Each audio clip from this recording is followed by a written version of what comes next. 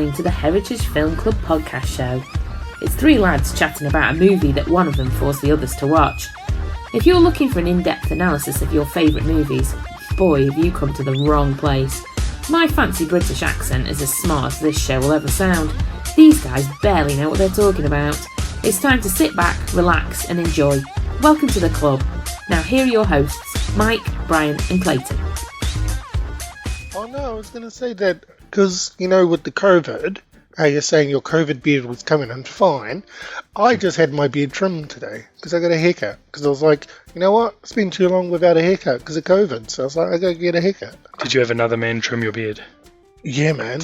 I had this barber trim my beard and shave the side of my heads. How much extra did he charge for the beard shave? Not a lot. It was pretty decent. It came under 40, which I was pretty happy with. Did he use the cutthroat razor? Nah, I didn't want him to use it. I just wanted him to use the meat thing. Oh, my guy uses the full-on razor. I've watched too many videos of how people use the razors. No, they use the razors and then they get like an ingrown hair and then it gets infected, and I'm like, it just freaks me out. I'm kind of baffled by the fact that you guys are paying to have your beards trimmed. No, generally I shave my own head. My beard and my head. Generally, I say you can trust me. I say no to the barber when he asks that. Generally, mainly because it's more money, and it's something I can do easily enough in my house. So. Right, it is that. Indeed. Does Batman trim his own beard? Well, probably easier than Superman can. We actually Alfred would do it. Man of Steel, a movie I really don't like, was on TV the other night, and he starts off with a beard in that. He does. And that said, oh, he must shave it soon. I said, but how? Oh, do you want to know how? The question was never answered in the movie. Not in the movie. No. I know how he does it in the comics, but... You know he does it in the comics, right? Enlighten Clayton. Is this the one where he had like the moustache in one scene and then no moustache in another? Or was that Justice League? No, that was... No, they had to digitally remove his moustache or something such. He never had a moustache. In the movie, he never had a moustache because they digitally erased it in Justice League, and it's terrible. Okay. Reasons not How to does he shave? We can talk about that when we do Mission Impossible, maybe, because that's the reason. Ah, there we go. Yes. Linking movies together. Indeed. So anyway, how does Superman shave his beard? How does Superman shave his beard? Certainly in the good comics, he had a piece of the metal from the spaceship that he landed on Earth in, and he used it with his heat vision to sort of deflect the heat vision rays and to shave his beard. So he literally burns his hair. He burns his hair off because the only thing that's strong enough to cut Superman's hair is Superman's heat vision. That logic sounds right. Because that's how 60s comics work. Technically, Kryptonite could do it. Surely. Yeah, but would probably peel off everything else. Yeah, true. Yeah, that's a real close shave. And do you bleed? One thing they'd never done in the comics, probably the only use of Kryptonite they didn't use in the Silver Age. But there you go. We're learning already. See, we're going to go full geek in this podcast, I feel. Don't say you weren't warned. No. All right, so before we start, spoilers for the 1989 Batman. That is, what? So what does that make it? 31? No. Very good. It is? Oh, good to see. Done. Maths. The maths are working today. There you go. New Zealand educational system, tick. Hey-oh. Not according to my report cards, which my mum just found and gave to me. Oh, dire.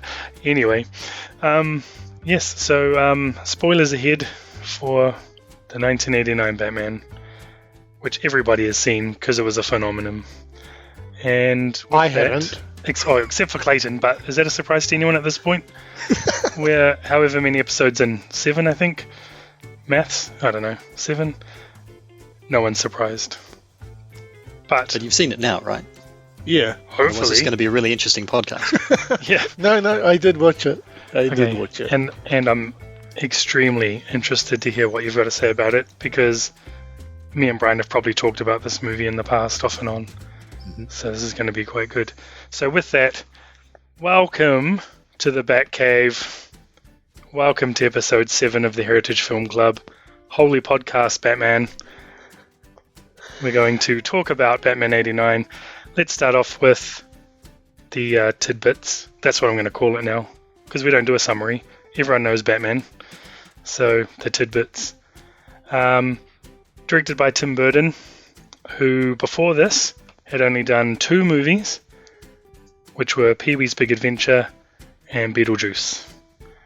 And Beetlejuice obviously starred Michael Keaton as well. The movie directly after this was Edward Scissorhands, and then he came back for Batman Returns. Stars a lot of people actually, but top 3, Michael Keaton, Jack Nicholson, Kim Basinger, and had a budget of $35 million.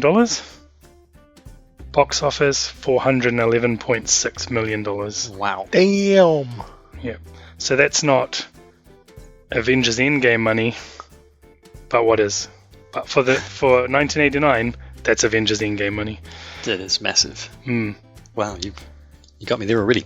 Yeah, I was going to do a massive deep dive on the internet about the whole Batmania craze that swept the summer of '89 in the US, but man, I just ran out of time.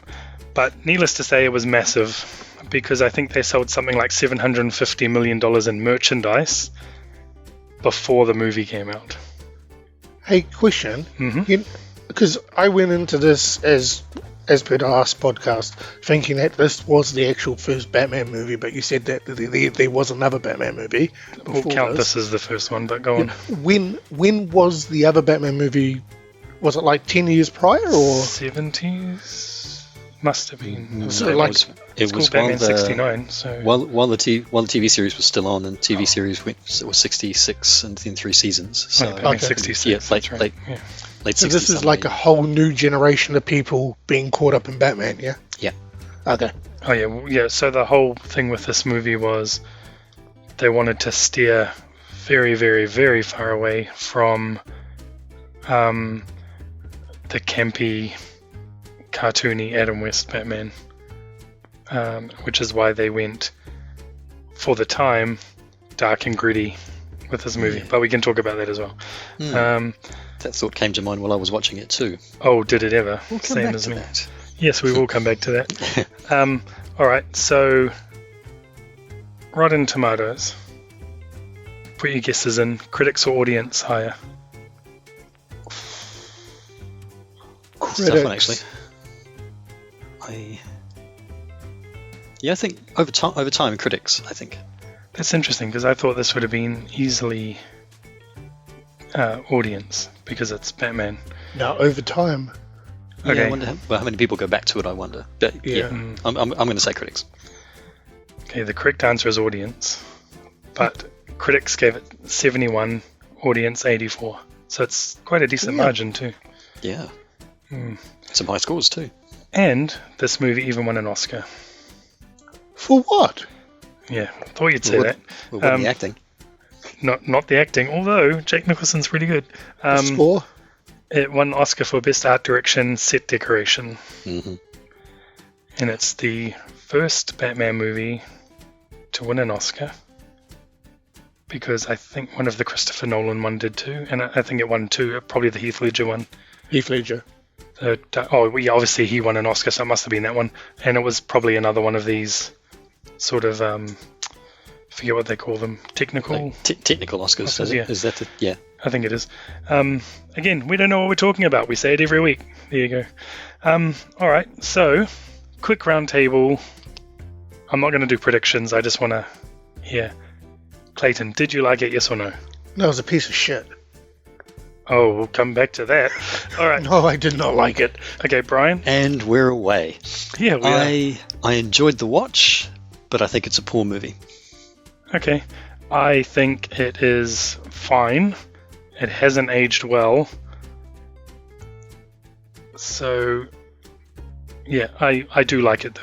So, Right. are we I'm going? telling the thumbs on that lot. Yeah, I know. Are we saying no, yes, yes, sort of? Sounds like I no, don't know. yes, yes. I think we'll swing back to that maybe on the would you recommend it. Maybe we'll have a think. Yeah, you've got a little while to think about it then. All right, so I feel like we shouldn't start with Clayton, but Oh, I think we have to. We I have really to. want you to. yeah, I mean, we will keep the pet. I think we always start with Clayton, so go on, Clayton. No, well, I selected this movie because I wanted to watch it, because I hadn't seen it. Like, I saw bits and pieces of it, but I don't recall actually seeing it. And I wish I could take the 2 hours back. Wow. I just didn't like it. Like, I think that the Batman I grew up watching, well, I have when you're already a grown up. Yeah, which is the Batman Begins series with the guy with monotone. And then Batflick, or Ben Affleck, I'm sort of happy with it. I just found the movie very boring. It is hard when you have your version of something to then go and try and, how do I say it, accept a different version, maybe? Yeah. Yeah, I think it's similar to Wonder Woman, right? So, because there was no real live-action Wonder Woman since the 70s, everyone's Wonder Woman was Linda Carter. Yeah. And she was good, and it fit that era. Then when Gal Gadot came, I was like, oh, really? Is she? I mean, she looks fine, and she is good in the role, but is she going to be Linda Carter? It turns out she is really good as well, and it's a completely different type of Wonder Woman. Yeah. But there was a long time where we were like, well, still not Linda Carter. I think the only thing that it really works with is James Bond, maybe, because everyone is sort of being conditioned to have to accept change every few movies, maybe.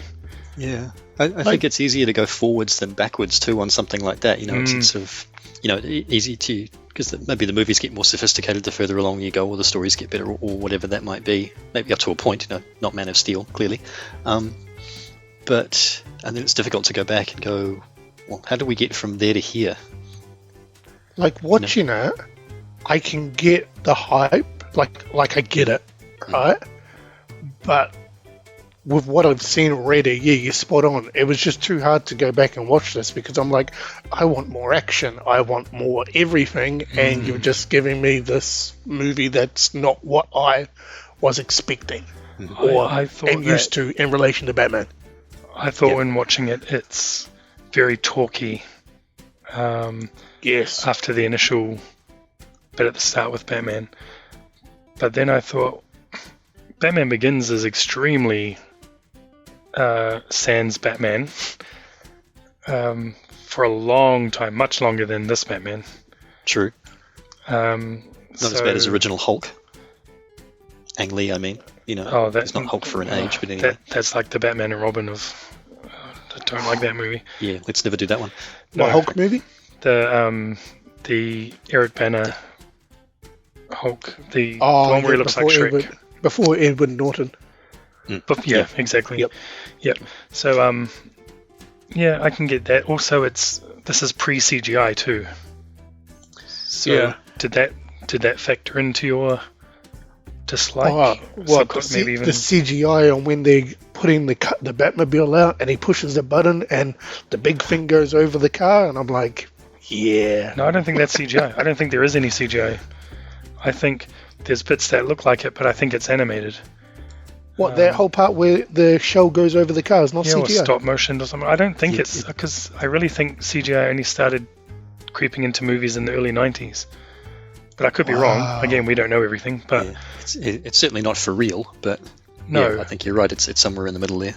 Because I know Beauty and the Beast was touted as being one of the early movies that incorporated a bit of CGI. Jurassic Park was in the first half of the 90s, and obviously from there on it's CGI fests.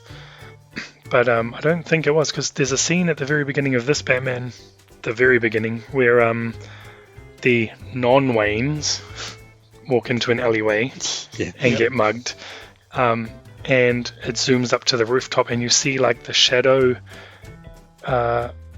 walk across the roof, and it's very jerky. It looks like it was animated. Yeah, it's a really high shot, isn't it? Yeah, that one. Like he's watching, and then he sort of walks down to go and sort them out. Yeah, just because he wants to go down the fire escape and walk down the stairs to go and help them. It's like, jeepers.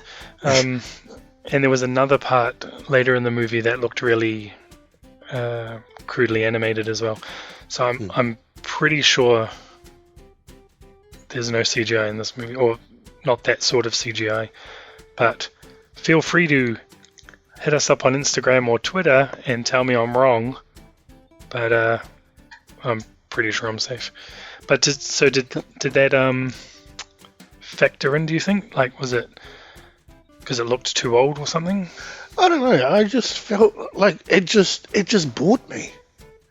Like I just sat there watching it, and I'm like, this is not what I was expecting. I wanted more, but that's solely because I'm just used to the current Batmans that I've got I should have researched over the last it. 10 years. That's a question then, Clayton. Maybe is that a Batman? That sounds like an odd question, but if you look at that and go, yeah, that's what Batman would do, or that's a Batman story. Does it feel like that at all? No, well, yes and no, but like the first scene where you've got the non-Wayne family. Yeah. Mm-hmm. I thought that was going to be the Waynes, and then it wasn't. And then and then I was like, oh, okay, it's not the Waynes. But then they did the whole Wayne story in the middle of the movie when she's trying to figure out like why Bruce Wayne was down the alleyway leaving the roses. And I was just like, okay, well, we just sort of just skimmed over that whole backstory and that's it. I was like, oh, okay. You kind of don't care by that point. I think, Yeah, a little bit. I think they did it the wrong way around. With Batman Begins, you get that whole thing where he falls down the well, he comes out the well, and then they're going into the city on the train, and you get all that backstory to understand. Yep, okay, now we're actually in a Batman movie because Batman's like origin per se, you know what I mean?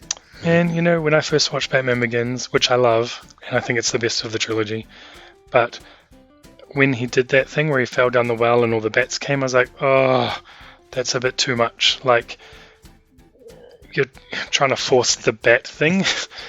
I don't know. I think it's a lift from the comics, though. Oh, is it? But for shows how much I know. I think it is. It was like a little bit later, or 90s or 2000 something. I'm fairly certain I'd seen it something like that before. Okay, well then there you go. It shows what I know. From somewhere. But from a anyway. from a non-comic person though, that was awesome for me because I'm like, okay, sweet. We know that little kid's going to turn into Batman because the bats are there. Bats live in the cave. Okay, sweet. He's going to turn that somehow into his bat cave because it's near the house. Sweet story beginning. So do you need the origin to be at the start? No, I just think that the origin was better in Batman Begins than what I got in this one. Okay. Yep. Fair enough. What did you... And because I want to hear Brian's take on this, I'm pretty sure I know what you're going to say. But Clayton, what did you think about the fact that in this movie, and only in this movie, it's the Joker that kills the Waynes? That took me out because I was like,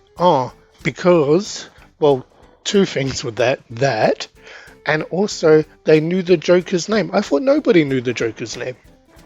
Outside of this movie, correct? But okay. Yeah, so did you think that was a good idea that they had? That it was like, did you think it was a cool idea that it was Jake Napier who created Batman essentially, and then it was Batman who created the Joker? Yes. Yeah, it was cool, because it came full circle in that sense. But by that time, I was sort of not checked out, but just checked out. How early were you checked out? Like before the Joker came? No, I enjoyed the Joker. I enjoyed the Joker part where he was normal. Then the whole gun scene in the chemical factory, enjoyed that. I think I just didn't like Batman. Because of the actor or this? I don't know. I don't know how to explain it. It just bored me. Okay. So the character didn't do it for you? Yeah. Okay. Yeah, I get that. Yep. What's your take on the whole Joker creates Batman, Brian? hated it in 1989, and I hate it now. Yeah, okay. Thought that would... It's a really, really crap idea. Yes. For some kind of weird circular narrative thing. So, there's even a blooper on it at the end when they're up in the tower. And if you catch that, where it's like, "You killed my parents," and then he's backing away, and he says, "You were just a kid when I killed your parents." I'm thinking, how do you know that? You don't know who I am. Go back and watch it. Good Look spot. at that again. Yeah, because I found a blooper. the funny thing was, I felt really smart about because I've seen this before, so I know that in this movie it's Jack Napier who kills his parents and stuff, and then it's him who doesn't drop him into the vat, but we accidentally drops him, I guess. But I was like, "Oh, that's going to be a smart sounding thing to sound the podcast." He created you and you created him, but then he literally says it It's in the final scene. He goes, I was like, "Oh, you dick, you just took my moment." But yeah. But what was I going to say? Something about that. Oh yeah. So I'll dip into one of my trivia facts, but that was Tim Burton's idea, that it would be Jack Napier killing the Waynes. Sam Hamm, the guy who wrote the script, he's a big comic fan and he was totally against it. And he even managed to persuade Tim Burton to drop the idea. But then they had a writer's strike, which means no writers on the set or involved in the movie anymore. So Tim Burton popped it back in. Yeah. So Silly we almost question. had it. Bad correct. move. Silly question. Wouldn't the people who own the rights to Batman, which I'm guessing is DC, Correct. wouldn't they have the overruling arc on no, you can't do that, or no? I mean, they would. It's Warner Brothers, but they would. But They're just like sweet as. I think back then, especially, comics weren't something that were looked on favorably, even by them. Well, probably after Batman they were, but they probably didn't care. It's whatever makes the money at that point, yeah. Yeah. And even if DC objected, Warner would have said, "Well, we own you. We're doing this." I guess if it come to that. So pretty much, yeah. I have another question, but I don't know if it's going to be up in your trivia. But I'm going to ask it anyway. Was this planned to be just the one movie? Do you know? Probably at the time. Oh, okay, yeah. I think the sequel got fast-tracked, though, with the amount of money this made. Okay, but it was somewhat this is the standalone Batman story we want to present. Yeah, Nothing more. Yeah. Because, I mean, before this we had Superman, but it was quite a while before this. Yeah. Long way Maybe back, a decade before. Yeah. Yeah, at least, I think, yeah. Is that Christopher Reeves, yeah? Correct. Okay. Which I was going to mention when you said how you have your Batman, which is Christian Bale and Batfleck. It's like Christopher Reeve is the gold standard for me still. So that's your Superman, not the Harvey fella. No, I like Henry Cavill looks the part for sure, and he plays it fine, but it's just a bad movie. It's badly written, and it's a bad characterization of Superman. But the Christopher Reeves one is so good, and it holds up quite well, I think. But anyway, that's a different movie. We should do Superman, actually. We'll come to that. Yeah. My Superman is a TV Superman. Lois and Clark. Yeah. And moving on. No, actually, that's a funny thing because that's what I grew up on. We're thinking of starting that soon and watching through it. So that'll be interesting. Can talk about that on a later one. Maybe when we watch Superman. Had its moments. Yep. Yep, sure it did. For sure. Everything adds something to the mythos. Yeah, absolutely. So even Batman and Robin. So cool. All right. So have you got anything else you want to say in this part, Clayton? No, I'm good. I said my bit. Go on, Brian. I want to hear what you thought. Buckle up. Oh dear. Hang on, No, you said you were still partially favourable. No, yeah, it's an odd one, this one. It's a really strange one for me. So I remember vividly 1989, and basically first day of release, I went to watch the movie because it was Batman on screen, and there was all this hype around it, and it looked pretty cool. And for the time, it really was. And the more you watch something like that, the more you start to kind of pick it apart, and you factor in all the Nolans and all that kind of thing, and go, that was better or whatever. But the thing that really struck me, lots of things really struck me about this one. I was about halfway through watching it, and I kept thinking comic book movie in my head, comic book movie, and then I had this thought that said they didn't make a comic book movie. I think the thing that I really disliked most about the movie is that they made a comic book. That's just not me attempting to sound clever. If you actually look at it, the whole movie doesn't make a lick of sense. Mm-hmm. It doesn't make any sense whatsoever. There's a whole bunch of scenes we look at it and go, I think you did that bit because you thought it would look good. Yep. There's a chunk of stuff where this is all about the visuals. There's characterization in there and things that they do, and I'm going, this is bonkers. Well, that would track with Tim Burton, wouldn't it? Yeah, pretty much. I mean, there's this... I'm going to run a whole bunch of them off here. It's like there's that scene where... at the beginning where they're at the chemical factory, and Jack Napier's standing up there, and Batman's kind of close to him, and then he disappears, and he's standing there taking shots at Eckhart, and he kills him, and the camera pulls back, and there's Batman standing and looking brooding and menacing in the background. I'm going, why didn't you stop him? Yeah. Also, did you find like a lot of Batman's stealth moves really clunky? They're really seriously clunky. Yeah, he goes in, trying to riff on all of these, he drops into the art gallery. Takes him an age to get there, apparently, because he knows that Vicky's going, and it's not him that's invited her. And then he goes in, he drops in through the ceiling, Joker's there, who's clearly a madman, and all his blokes are there, and he rescues her, and they leg it to the cave. Thinking, right, so you didn't sort of get her to safety, go back in and take them all out? True. And there's even, I've got one more. There's the bit where they're fighting up in the bell tower. Actually, no, I've got two more, because they go to the bell tower, and I'm thinking, okay, so the Joker has decided that his end move is going to be, he's going to walk 4,000 steps up to get picked up in a helicopter, because he knew that's where he was going to be. Yes. Yeah. And three guys are up there waiting to help him, and come out and, try and kick the crap out of Batman. And there's a bit where he's fighting one of them, Batman, I mean, and he drops him down the bell tower thing. Clearly he's going to kill this guy, and he's just kind of dropped him down there. And I think they only did that so they could use that big high shot of this guy falling. When the Joker falls. And then the Joker falls after that. Oh, right, yeah. Yeah, because he's like one of the ninja henchman dudes. Mm-hmm. Sort of they're fighting, and then he sort of flips him down to that big long bit where the bell is dropped. And going, okay, well, he's dead.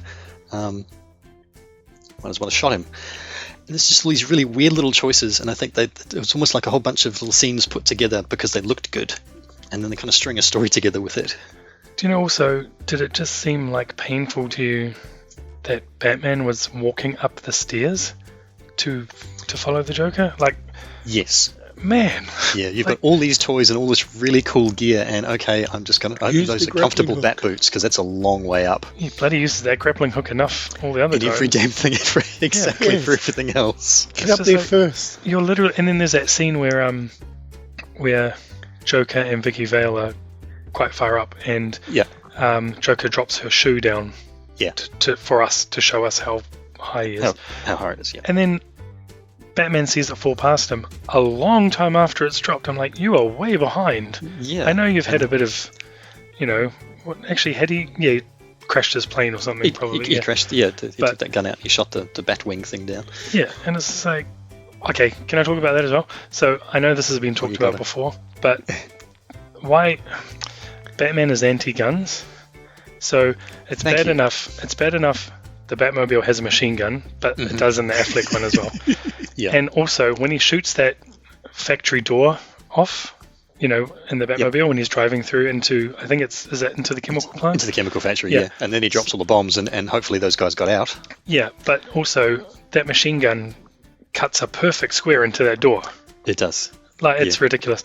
But then, when he's in the Batwing, in that pre-bow tower scene, he literally locks the guns onto Joker. Yes. And shoots to kill. And misses. Correct. So what's the point of a targeting system? What's the point of all of that, exactly? Yeah. But also, just the sheer fact that he pulled the trigger and was trying to machine gun him down. Yeah. Is bizarre. The the whole Batman character, but I'm going to try not to go super geek on this. But you know me, Mike. It's Batman. No, do it. It's one, Batman does not use guns. Well established. It's a thing because his parents were shot. Ben Affleck does.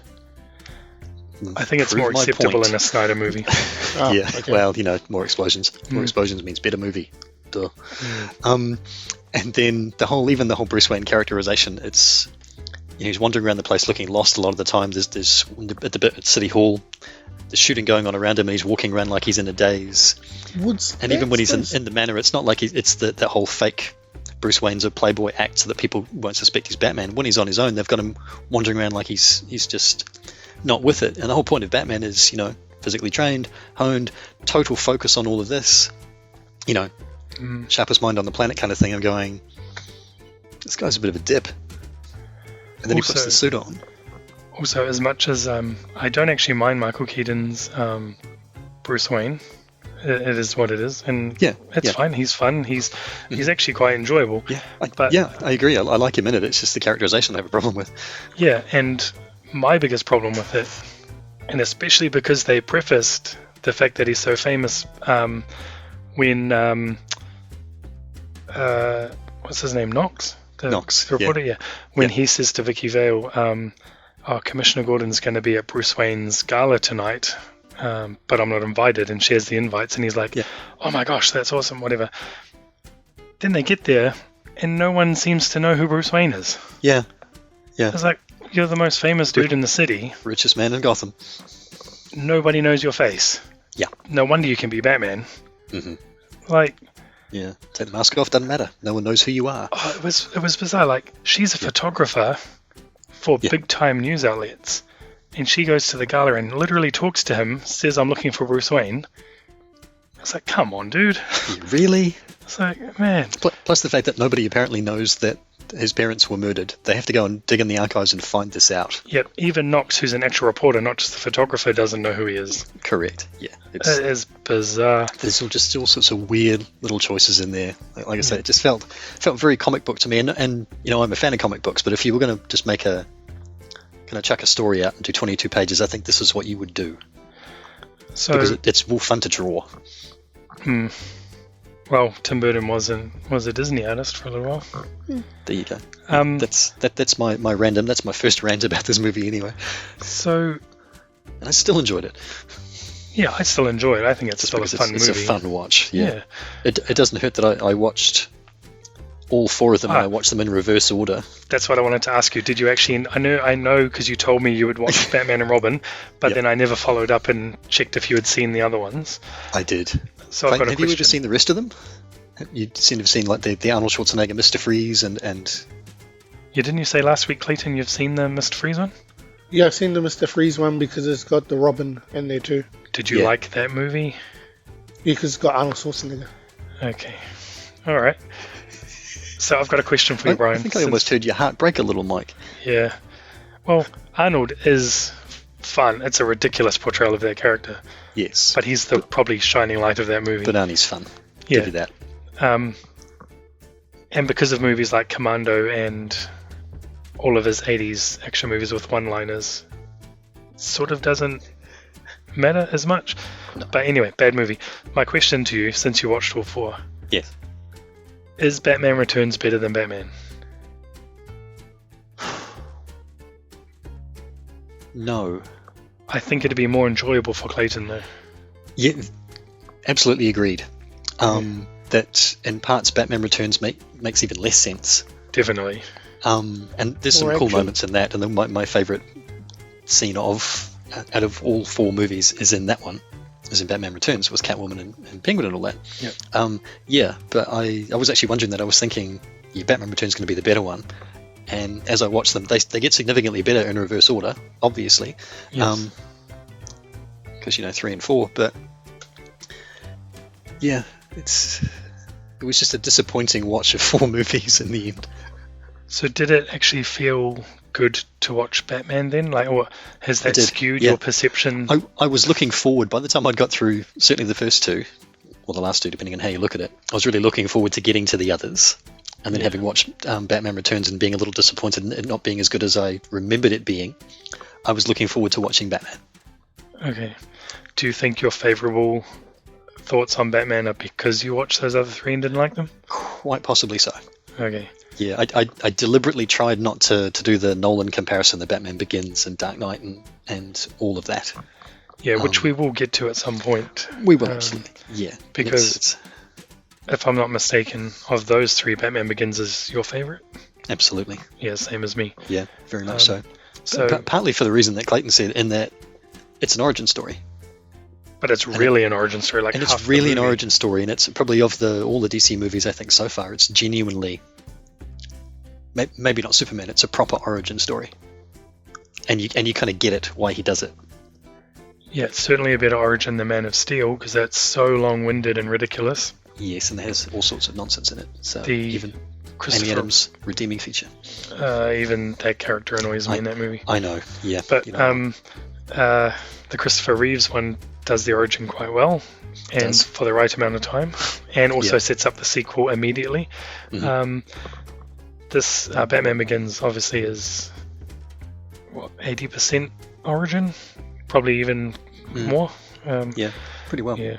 Okay. So Clayton, question: what did you think of the suit in this movie? He could turn his head. No, he couldn't. Looked like he could. In the 1989 one. Because the head wasn't attached to the body, yeah? Oh, it was. He turned his whole body every time he looked at someone. Then when he had it in the safe, when he had it in the actual safe, yeah, the head could come off the body, yeah? Yeah, well, the cape and cowl is separate from the uniform, and generally, but when he was actually wearing it... it was very black and yellow. Yes, it was. That's an accurate assessment of the suit. Good. Also, fun fact, his boots were made by Nike. So there you go. Okay. I think that might have been the first time they did body armor too. I mean, not just in the movie. I can't remember if there was ever a thing in the comics even before that said, it's body armor now, because it was always just the suit. It looked more sort of Adam West Batman. And there's the point at which he's laid out, and they kind of poke him, and they go, "This thing's armor." And that was pretty cool for the time. Yeah, because they actually specifically say it, don't they? They do. Yeah. It's also, and this is again dipping into my trivia, but it's alright. It's also Michael Keaton's the first person to change voices between Bruce Wayne and Batman. Because Adam West didn't do that. He did not. And that's a thought. I hadn't thought of that. And that was his choice. And from then on, every probably every Batman, not just live action. Yeah, even the animateds, I think. Except for George Clooney, did a voice change. Even Arrow, which is essentially Batman, the way they did Arrow, even he does it. So that's a pretty cool little thing to add to the Batman mythos from the actor. So that's pretty cool. Good. Okay. Is it my turn then? Please. Okay. So, yeah, I like it. It's pretty cool. Jack Nicholson's awesome. Oh yeah, I wanted to say to you, Clayton, did you like this version of the Joker? Yes. I was gonna say something else, but that's Okay, so yeah. I like it better than the Heath Ledger one. Really? Okay, so you know how I said I was going to say something to Brian about what I thought your first thoughts would be about this movie? Was that you wouldn't like this Joker because you would like the Heath Ledger one. Then when you said you don't like this Batman because it's not your Batman, I thought I was definitely going to be right about the Joker. Yeah, stunned. Interesting. No, because... Totally thought you'd go the other way. Yeah. I personally, the Batman movie with Heath Ledger, it's a cool movie. It's all right. I like the Bane one better personally. Thank you. But I feel that people don't watch that movie clear and as it was supposed to be watched, because everything that happened to Heath Ledger overshadows everything. Agreed. Yes, my take on that. Yeah.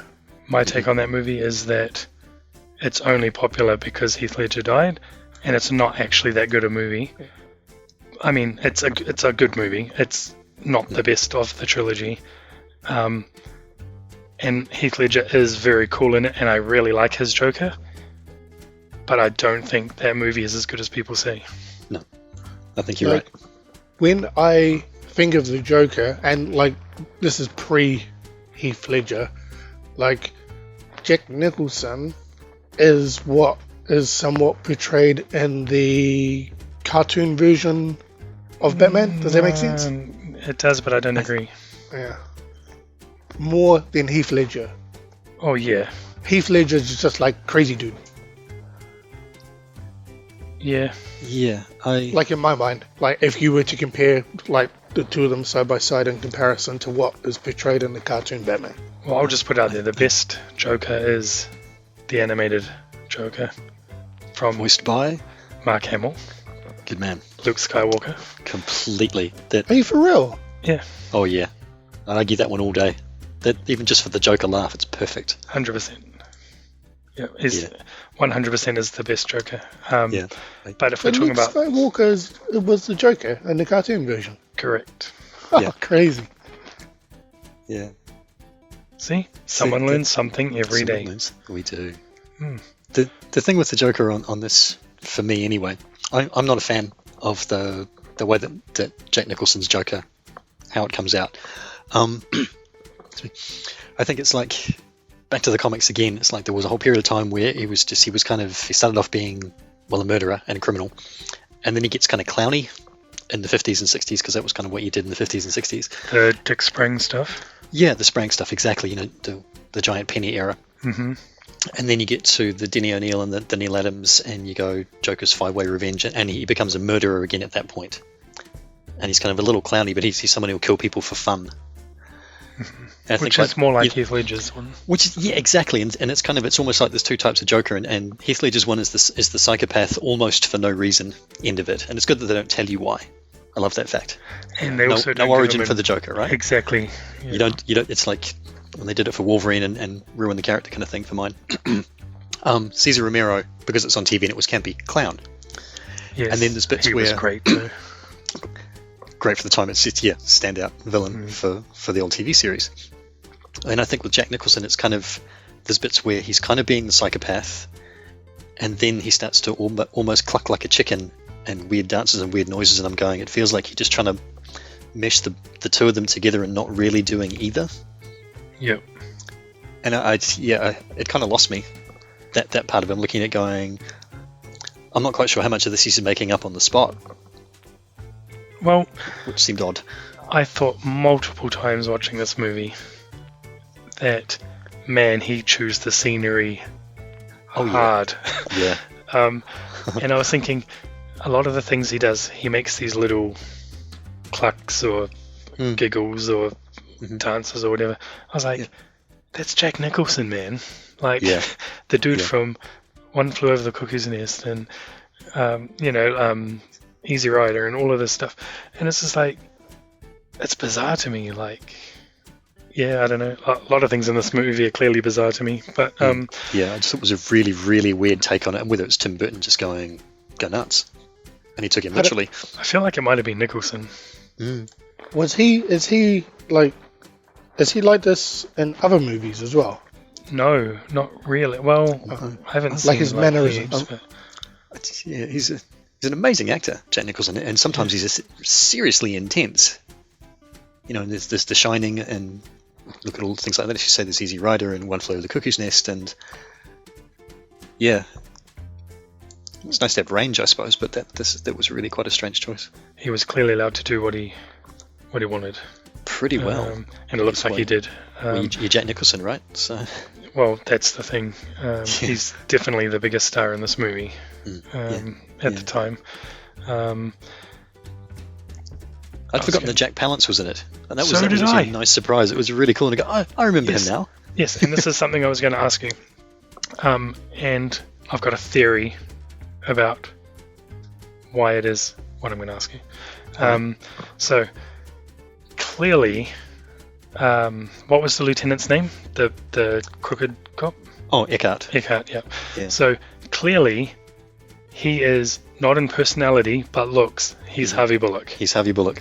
100%. When I saw him on the screen the first time round, that's the first thing I thought was, that's Bullock, and then it's not. I had to look that up because I'm not so deep cut as you, but I thought Bullock came from the show, but he was actually from the 70s in the comics. Yeah, so, he was kind of bit more prominent in the comics by that point too, so it was kind of a natural thing to go, that's Bullock. Yeah, and he looks exactly like... Spot on. So, my thing was, especially at the beginning when you first see him, because when you first see him you don't know he's crooked, he's just there with these cops at this crime scene. But I was like, why aren't you just Bullock? But then you can tell why he's not Bullock, because he's a dick, and because he's crooked, he's taking money. Yeah. He's crooked, and they, spoiler again, kill him. So you probably don't want to kill a real character off. Then I thought, okay, fine, whatever. Why is Carl Grissom, the mob boss, not Carmine Falcone? But then again, probably because they kill him. And, you know, you don't know what you want to use in the future. Probably that too, yeah. But actually, when I did a bit of internet research, originally I think they wanted the character to be Rupert Thorne. And then I think it was, I read somewhere, who knows, it was on the internet, must be real. So the writer wanted to give him a more normal name, and he went with Carl Grissom. I don't know what's wrong with Rupert Thorne personally. True. But nice little Easter egg for the fans. Yeah. If you do. If you just drop the name, even though you're going to kill the character off, nobody will really miss that character. But because he was in the animated series later on as well. And obviously, and I wanted to bring this up as well. So for Clayton, you've watched Batman the animated series, obviously, the one from the 90s. Yeah, bits and pieces of it, yeah. The best version of Batman, Joker, everything, in my opinion. Completely. This is one thing you and I absolutely agree on, Mike. Yeah, and I think the majority of people will. So leave us your thoughts on social media. But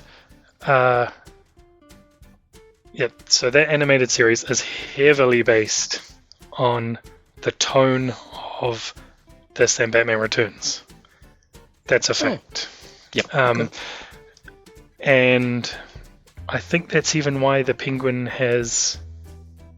Does the Penguin end up having flipper hands in the animated series in the season 4? Yeah, one of the designs, his hands are kind of flippers. Yeah, so they redesigned everything for season 4, which they called something else. What was it? The New Adventures of Batman and Robin or something? Batman and Robin Adventures, something along those lines, yeah. Yeah, and so they went more that way. But whereas the Penguin in the first couple of seasons is more like Burgess Meredith from the Batman 66. So anyway, the theme music from Batman, the animated series, I always knew was a riff on Danny Elfman's score from this movie, but not to the fact that it's not actually a riff. It's exactly... It's the same. Yeah. It's the same. And the cool thing was, for me, because I haven't seen this movie for so long, it literally opens with that music over the credits. Yeah. And I was like, oh my gosh, it's like watching Batman the animated series, because it was just like da-da-da-da-da, and I was like, oh, all I need is a bank to explode and a Batmobile to roar up with its turbine thruster thingies. Oh man, I was just, I had this moment of, this is going to be so good. Yeah. And then the movie started. And then it started, and you know what the hardest thing for me was, like, I was, when did it come out? 89, so I was 8. When it came in, did it actually come out in New Zealand in 89? Yes. Yeah, okay. It was a very, very close release from memory. Yeah. Okay, well that's good. So I was 8. I remember seeing it for the first time only when it was on VHS, when that was a thing. That's videos for those who are younger. Those are what became before DVDs for those who are younger, and before digital. So, as an 8-year-old, this was not a good Batman because it was really dark, and I would have only been exposed to the Adam West one in reruns, and Super Friends probably, which would also be reruns because that was before me even. And the Superpower toys. So this was way dark, and that was the point of this movie. They wanted to, as I said, steer away and become a very, very dark version, so that they were getting inspiration in tone, and clearly only tone, from The Dark Knight Returns book and The Killing Joke, which they clearly lifted none of the good stuff from. And Year One, and exactly, all of that. Yeah, they swear in this movie, which I was surprised by. I'd forgotten that they swear in this movie too. Yeah, it's sort of like, I could see it existing in the same universe, sort of, as the Christopher Reeve Superman. But I prefer how Metropolis was just a city for real and not a set, because this really looked like a set a lot of the time. That was a weird one. Because you reckon $35 million for the budget, right? Yeah. Do you reckon it looked like $35 million worth of movie, you guys? No, but probably for that time, maybe? For the time, yeah. For the time, probably. Did you spot how many scenes take place in front of the Monarch Theatre? I didn't. There's at least 4 major scenes that happen in front of the Monarch Theatre. I'm thinking, you guys built one set. Yeah. I can actually literally see that being a set with just that street on it or whatever. Yeah, pretty much, yeah. It struck me watching through it, and I'm going, oh, look, the Monarch again, because the Monarch stands out, because it's like, oh, the Monarch, and that's where the Waynes get behind there, the alley behind there, they get shot, yada yada. It's just there all the time. That, and in front of City Hall, I think it's meant to be. Oh, yes. Where 6 reporters turn up and lots of people get shot. Yeah. There was a weird moment I was watching it, and I can't remember what scene it was now, and it just reminded me of just the look and feel of the Flash TV series. The first one. The John Wesley Shipp one. Yeah, okay. Yeah. I was going to say, what's wrong with the Flash? Oh, the new one, for sure. Yeah. I don't know if have you seen the older Flash TV series, Clayton? Is that the one with the crossover with Arrow and Supergirl? No, this is like 1990, and it was like a 1 hour. The guy who TV plays the guy who plays Flash's dad in the current series was the Flash in a TV series before. No way. He was Dawson's dad in Dawson's Creek. Yeah, but he was the actual Flash. He was the Flash, and it was in this massively padded suit to make it look muscly and really cool running effects. It's actually, it only ran for like 1 season, I think it was. And it was kind of fun for the time. And Mark Hamill was in it. He was the trickster. Yeah. Exactly. And I remember looking at one scene and going, you know what, this looks just like that. And I'm thinking, just at that point it looked cheap. But again, it was 89. I think it was 89, but I'm going, this is a big budget movie, and now you look like sets from a TV series that I'm going to watch a year later. It was just this weird thing. Yeah. And the Monarch is there a lot. If you're ever inclined to go back and watch the movie again, Clayton, probably not you, and fair play. Yeah. But now I want Clayton to watch Batman Returns, because I want to hear what he thinks. Yeah, I'd recommend it. I really would. I think he would like it more because, one, there probably is more Batman in it, because I should have done the research, but I want to see how many minutes it's Bruce Wayne versus Batman in this movie, because I feel like it's more Bruce Wayne. There's a lot more Batman, and it's got Catwoman, and Michelle Pfeiffer's just terrific. Oh my gosh, that's the standout of that movie. Yeah, and clearly, Clayton, if you need to, and not just to be creepy and weird about it, but frankly, she's just a really, really good Catwoman. Yes, and Selena Kyle. And Selena Kyle, exactly. Yeah. So and it's got Danny DeVito as the Penguin. Yeah, there's a bit of scenery chewing going on there too, but it's got Christopher Walken in it. And it's got Christopher Walken, and that's scenery chewing as well, because it's Christopher Walken. And it's got Pee Wee Herman in it, because he's surprisingly enough Penguin's dad. Correct. Oswald's dad. He's also Penguin's dad in Gotham, the TV series. So there you go. Because that Gotham TV series was clearly more linked to this universe of Batman. Yeah. Okay, so because I didn't really say, so yeah, I enjoyed it. It's got problems. So overall, it's still really good. It's just quite dated, I guess, because I feel like my review sort of just became things I wanted to get your opinions on. But that's fine, because I agree with most bits of what you've said and mostly what Brian said, because I don't find it a waste of time. It is long. It does feel long, though. I feel. Yeah. It felt like 2 hours. So. watching all of them, when I watched all 4 of them, all of them are over 2 hours, which I was surprised by. I had this thing in my head that there was something like an hour and a half. And yeah, I would have put money on the George Clooney one only being an hour and a half. Yeah, and tell you what, when that movie's over 2 hours, you really feel it. Oh yeah, I bet. Okay, so because we've rambled on, it's already been 54 minutes, and we've had legitimate conversation about this movie, which I think was really good. Let us know on social media. Should we just jump into the trivia?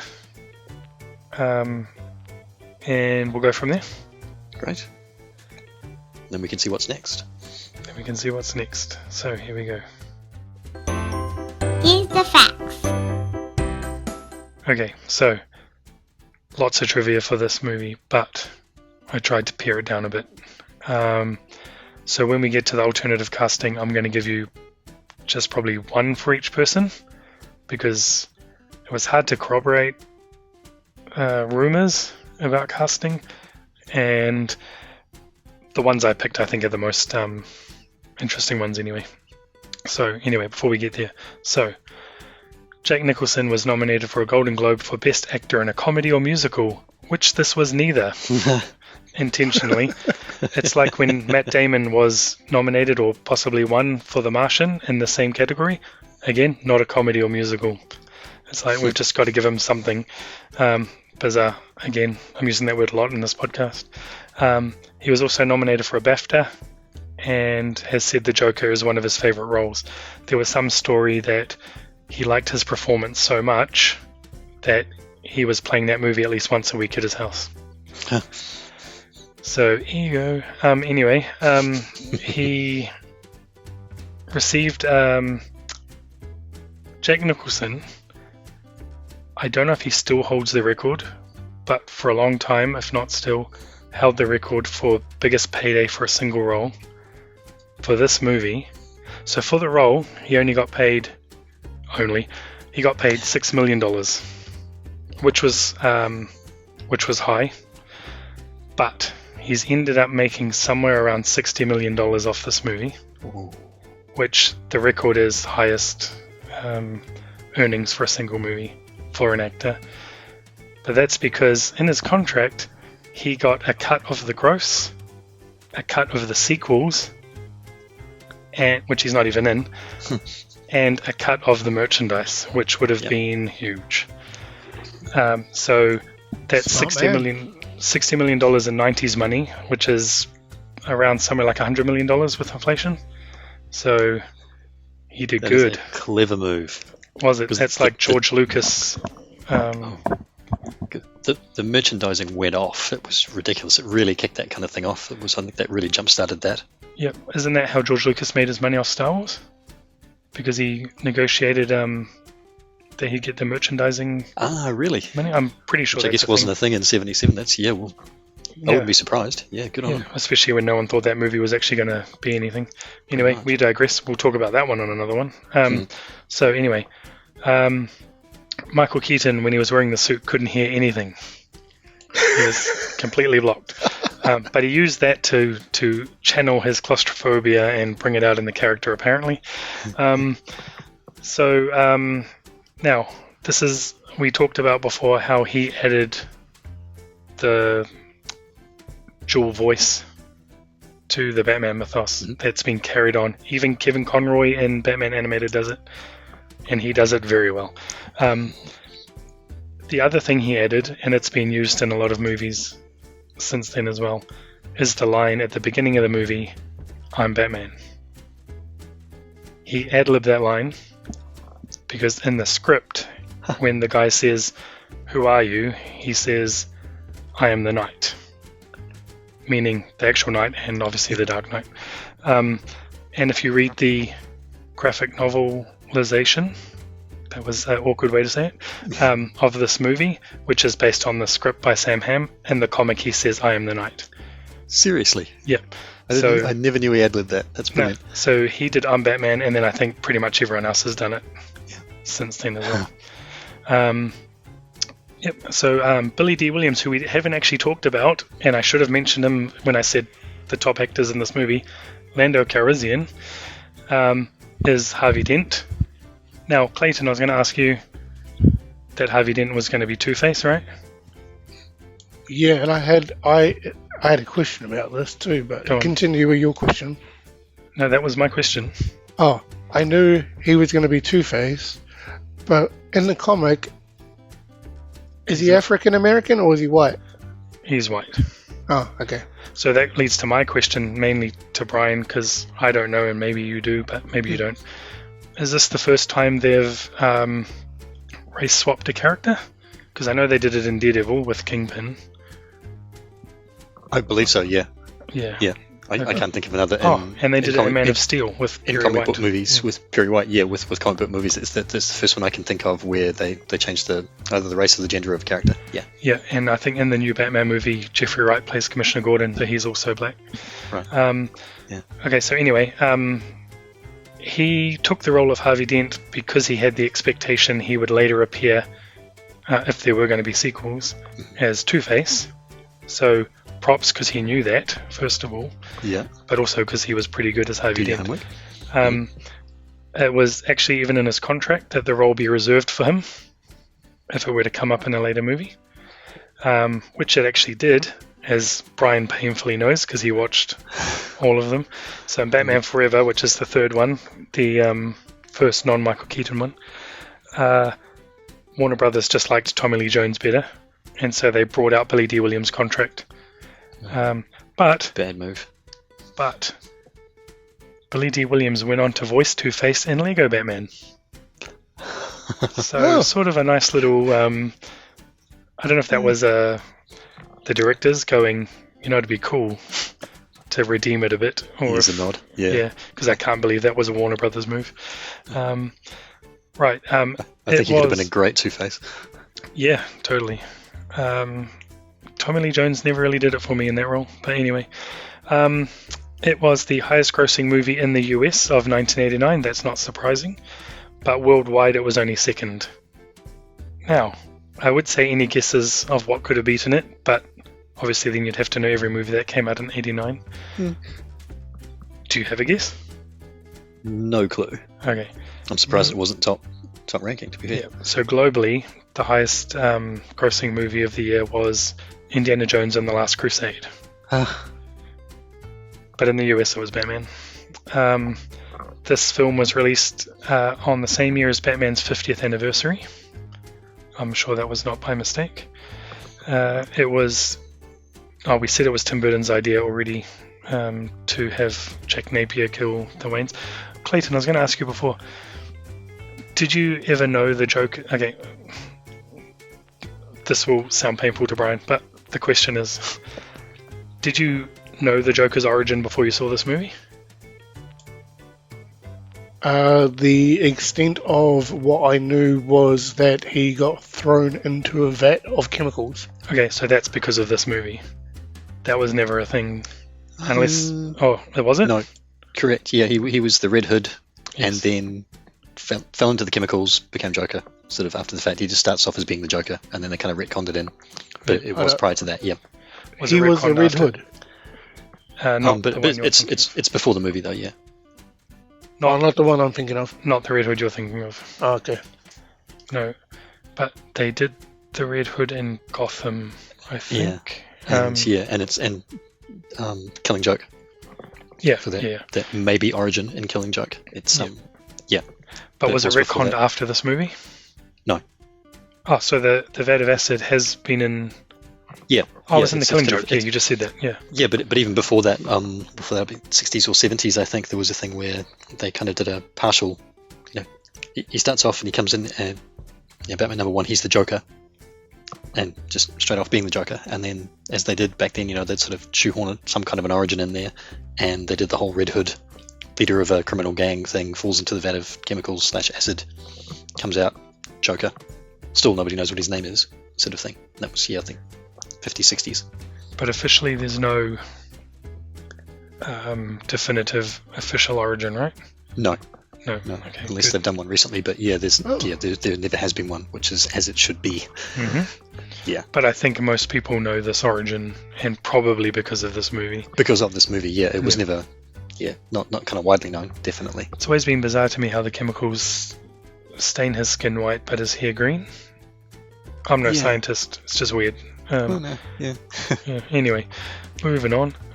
So, as most people know, Michael Keaton's casting was met with not popular opinion when it was announced, especially because I think he had just come off Mr. Mum, possibly. He might have done something else after that.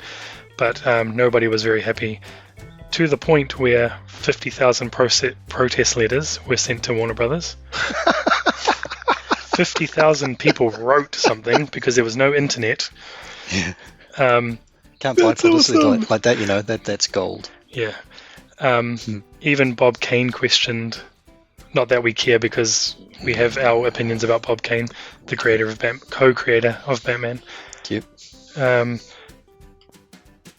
So yeah, it was questioned by a lot of people, to the point where Warner Brothers were forced to very quickly assemble a trailer for this movie to show fans. I think it was at a comic convention.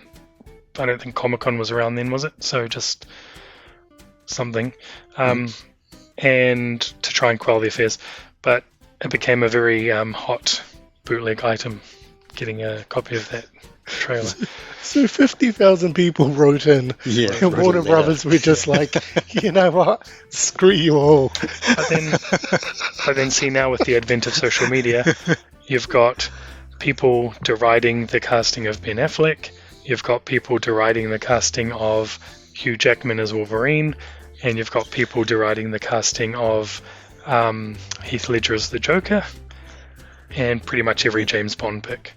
So now it's just par for the course, but now you can just do it with a tweet. So And then hopefully get over it quicker. yeah. You don't have to wait for someone to write you a letter back. Whereas now you had 50,000 people handwrite a letter, post it in, and then that's it. No Somebody response. has to open it and read it. And then you have to wait for the movie for probably another year. And I'll So- bet, as soon as the movie came out, I bet all those people were denying they would never admit they'd written one. I bet they're all going, "Oh, I thought it was a great idea." Just like people did with Heath Ledger. And Wolverine. Yes. Well, people didn't like those pics. No, not at all. They were very okay. anti. Ben Affleck's the only one that might have held. I liked him as Batman and Bruce Wayne. I think he's one of the few who did both roles all right. But that's just me, not Brian. So Yeah. He's good for that Batman. he is if good for makes that sense. Batman. Yeah. He's good for that Batman. I'll give you that one. All right, I'll now just I'm move past it. So now I'm just going to do a quick couple of alt castings, and then we'll go on to our wrap up. So, as I said, there's lots of stuff floating around the internet. I wanted to take the ones that I thought were interesting. So, one each. Sort of. Right, so Vicky Vale they did approach Kim Basinger originally, but her manager wouldn't even take a meeting with John Peters, probably good, without him paying for the meeting. So they actually cast Sean Young from Blade Runner, and she was locked in to play Vicky Vale right up until a week before filming started, when she broke her collarbone while practicing horse riding for a scene in the movie, which I don't remember being in the movie. Was there any horse riding scene with Vicky Vale? No, there wasn't. No. Maybe they took it out because of this. So anyway, a week before filming, she was out, and they went back to Kim Basinger and popped her in this movie. Wow. So there you go. Actually, sorry, I lied. I've got two for this one because this one is really interesting and also something I didn't know. Michelle Pfeiffer was originally asked to audition for Vicky Vale. Oh. Did you know she was dating Michael Keaton at this time? Yeah, I think I read that somewhere. Oh, I didn't know that. Dim dark past. Yeah. So So it came that's- up when she did Catwoman Batman Returns. Yeah, probably. So that's the reason she's not in this, because Michael Keaton was against the idea because they were dating and he thought it'd be awkward. And then I was thinking, well, then she's Catwoman and you've got way more awkward scenes in that movie than anything Vicky Vale did in this movie. That turned out. Yeah. You really need to watch Batman Returns. I'm going to watch it too. Let's just watch it and do a quick little what we thought of it next time. Yeah. Okay. Not Brian, because he's I'm done his time. I've seen it. Yeah. Thank you. I'm off the hook. So here's one. Now, I only found this on one site, but I liked it enough that I'm just going to include it. Ray Liotta was approached to play Batman. This is before Goodfellas and Casino. Okay, so I think the idea behind it was Christopher Reeves did so well in Superman when he was cast as an unknown. So they wanted to sort of try and capture that lightning in a bottle again. So they approached Ray Liotta. But this was early on before we knew what sort of, they knew what sort of tone the movie was going to have. Right. So he passed. They reapproached him later for the Joker, which I think he could have been cool as. So he passed, and they even approached him to be Harvey Dent. Also could have been really cool. And he turned down all three over different periods of time. And but Ray Liotta fires his agent. Yeah, well, he has regretted, he has expressed regret about not taking the role of Batman, but if we're being honest, he's done alright for himself. Yes. Because I think he, around this time, did Field of Dreams, and then, as I said, he went on to do all those Scorsese picks, and he's awesome. So, Weird tangent, I feel like he could play someone like Black Mask. yeah, better than Ewan McGregor did. Well, yeah. Oh, that Birds of Prey movie was not great. Anyway. Yeah, but I think he would have been good as Two-Face or Joker. Actually, he would have even been good as Batman. Yeah. Especially if they were going for a darker tone. He could have pulled that off.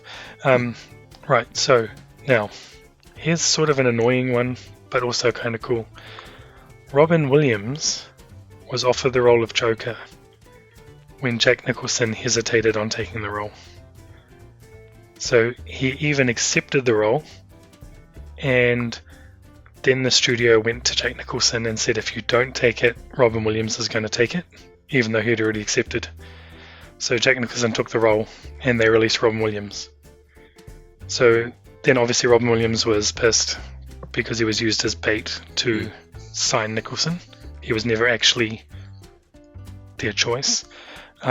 So not only did he refuse to play the Riddler in Batman Forever, but he also refused to be involved in any Warner Brothers productions until they apologized. Wow. So it looks like Warner Brothers and Disney have both screwed Robin Williams over in his life. So, lucky dude. Well, yeah, but rest in peace, because that guy's awesome. And that's the end of my facts. So let's do another quick round table, because we forgot to do this last time. Can you give me an MVP for the movie? Clayton. Jack Nicholson. Yeah, cool. Brian? But I do have a question. Okay, go. You know, going back to your trivia, with the 50,000 people going, we don't want Michael Keaton. Yes. Who did they want? That's just the people who wrote in. But was there potential somebody else who was going to be who they actually wanted to play Batman? I actually don't know. I think it was just backlash against Keaton himself. Oh, Yeah, okay. yeah. Okay, all good. Because it'd always been comedy up to that point. I mean, even the thing before that was Beetlejuice. Yeah. I think was the big thing. As you say, he did it. That was with Burton, and it was just this guy's a comedian. You're not serious, kind of thing. So. Oh, okay. Okay. Yes, I think it was more about him, not because they had someone else in mind. But I mean, I could be wrong, but that's what it seems like. I mean, a long time later, you look at him in Birdman now, and he's terrific. Well, that's a riff of this. Yeah, exactly. And then he went on to Spider-Man. he joined the MCU, and he was the Vulture. So, sure. Yeah. Yep, cool. And what's your MVP? MVP, two of them. Danny Elfman for the theme tune. Thank you. Yes. And Anton first because he designed Gotham, and then that bled into the cartoon, and we got the cartoon look based on that, and that'll do me. Damn, those are good picks, and both of them are crew picks. That's usually my jam. This is a first for me. So good. Yeah. Also on that, the production designer who you named, and I've just forgotten already. Anton first. There you go. He specifically forbade anyone on his team watching Blade Runner while in the design process of this movie. All right. But then if you think about it, Joel Schumacher's Batmans went all neon. So probably for the best. So cool. My MVP, man, I hadn't even thought of Elfman, and that's going to be my pick now because that music is on point. Yeah. John and of Williams' course, Superman, Danny Elfman's Batman. and because Just I watched the movie just last that. night, Yep. I've been humming that all day at work today.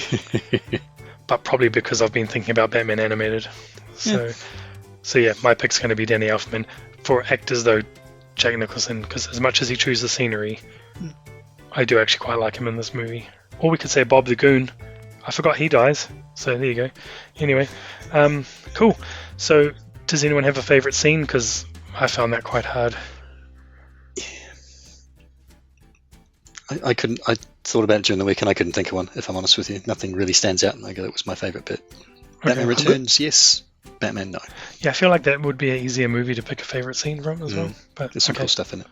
I got a scene that's ridiculous, but I couldn't understand why. Do you have a favourite scene though? Go on Or then. not? What's No, the it's ridiculous just scene? the most wackiest scene ever. Okay. When the Batcopter has a pair of scissors got balloons, and I was just like, okay, say what? This is crazy. Clayton, you're my hero. That's so good. That is so good. Oh man. Yeah, I don't know. I think it's really hard. I do like the scene where he first comes into Grissom's apartment as the Joker in the shadows. I also like certain shots, like well, actually, I meant to say before, there's a lot of really annoyingly, we're trying to make sure you know he's a bat shots in this movie. Like when he spreads his cape up like bat wings, and it's just clunky. It's But like you're standing on the rooftop posing. Stop posing. yeah, but I do like at least twice in the movie, probably more, when it closes up on his face all in shadows and then he opens his eyes and they almost glow. They look really cool. But yeah, I don't know about a favourite scene. I do like the Axis Chemicals part where he falls into the vat and his hand comes up out of the water, or out of the chemicals. Yeah, I don't know. I used to really like this version of Batman, and I always liked Michael Keaton. I didn't mind that he was Batman. Again, probably because I was 8, I didn't really care. But man, watching it last night, he does seem really small in the suit. Yeah. And his head looks really big, and it's obviously because of this big rubber cowl he's wearing. Yeah, but I can't pick a favourite scene either. But I do like the Batmobile, so I'll give it that. Anyway, not my favourite Batmobile. That goes to Batman 66, Adam West Batmobile. Legend. And I'm sure Clayton's will be the Tumbler from Which one's that? Batman Begins and all of those. Yeah. Yeah, cool. Alright, so I got some predictions this time, folks. Yay. Okay, so with that, we'll wrap up Batman. It's been a long one, but it is Batman, so that was bound to happen. And next week, we are going to have another guest. So we're going to have 4 hosts. We don't know what the movie is going to be, none of us. Oh. But we have our guest on the line who's going to jump in and explain it. This is Brian's nephew, Jared. Hi, welcome to the show. Hi, how's it going, guys? Good. Right, so, what's your pick? Yeah, I know you don't like it, but I'm going to build it up. Go on. Yeah, so I'm picking the Heritage Film Club's first New Zealand film. Ooh, It's from one of the greatest years in film, 1994. Directed by Lord of the Rings director Peter Jackson. Starring Two and a Half Men star Melanie Linsky. And fan favourite around here, Kate Winslet. Both in their big screen debuts. And it's based on a true New Zealand story.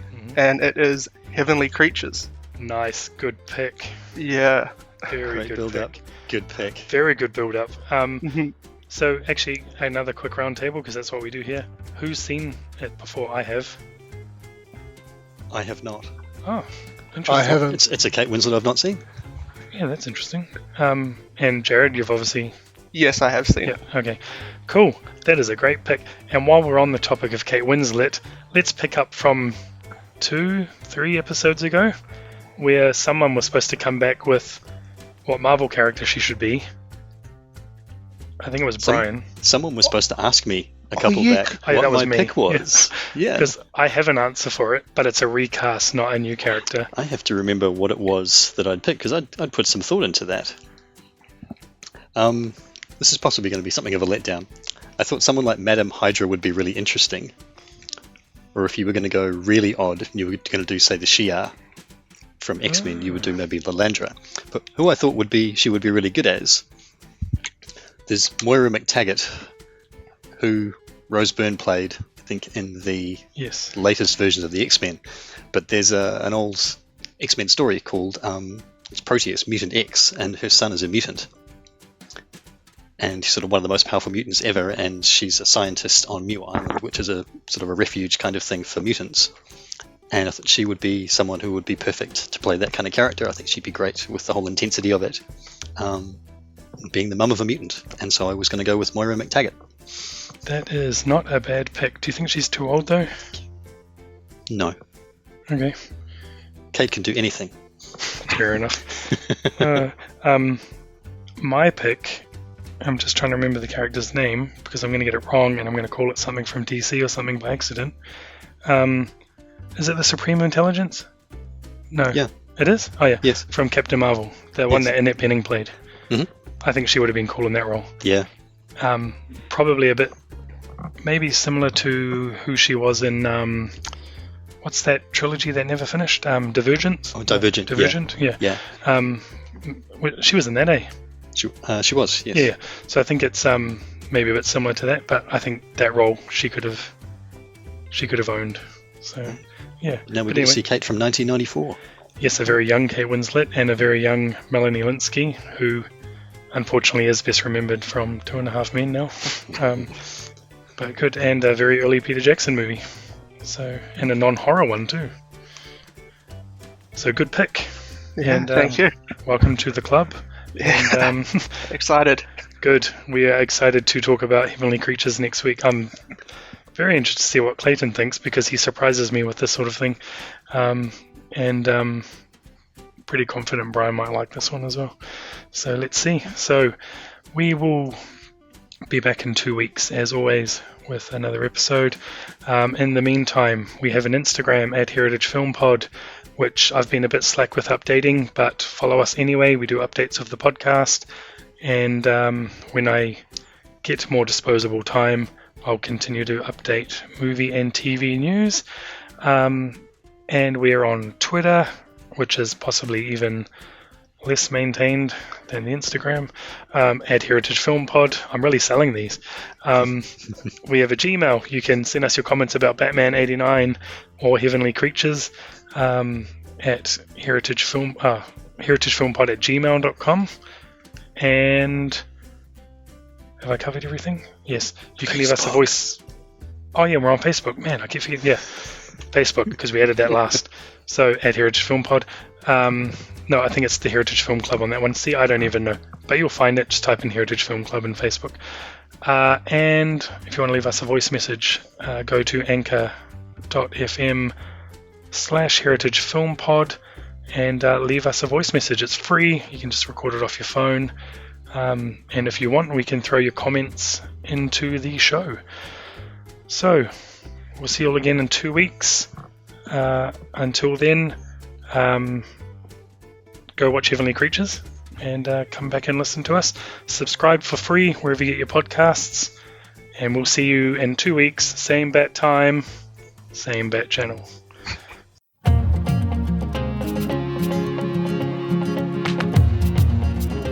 Loved what you've heard on this week's episode? Well, the answer is simple. It would mean the world to us if you could head over to iTunes and leave us a 5-star review and feedback.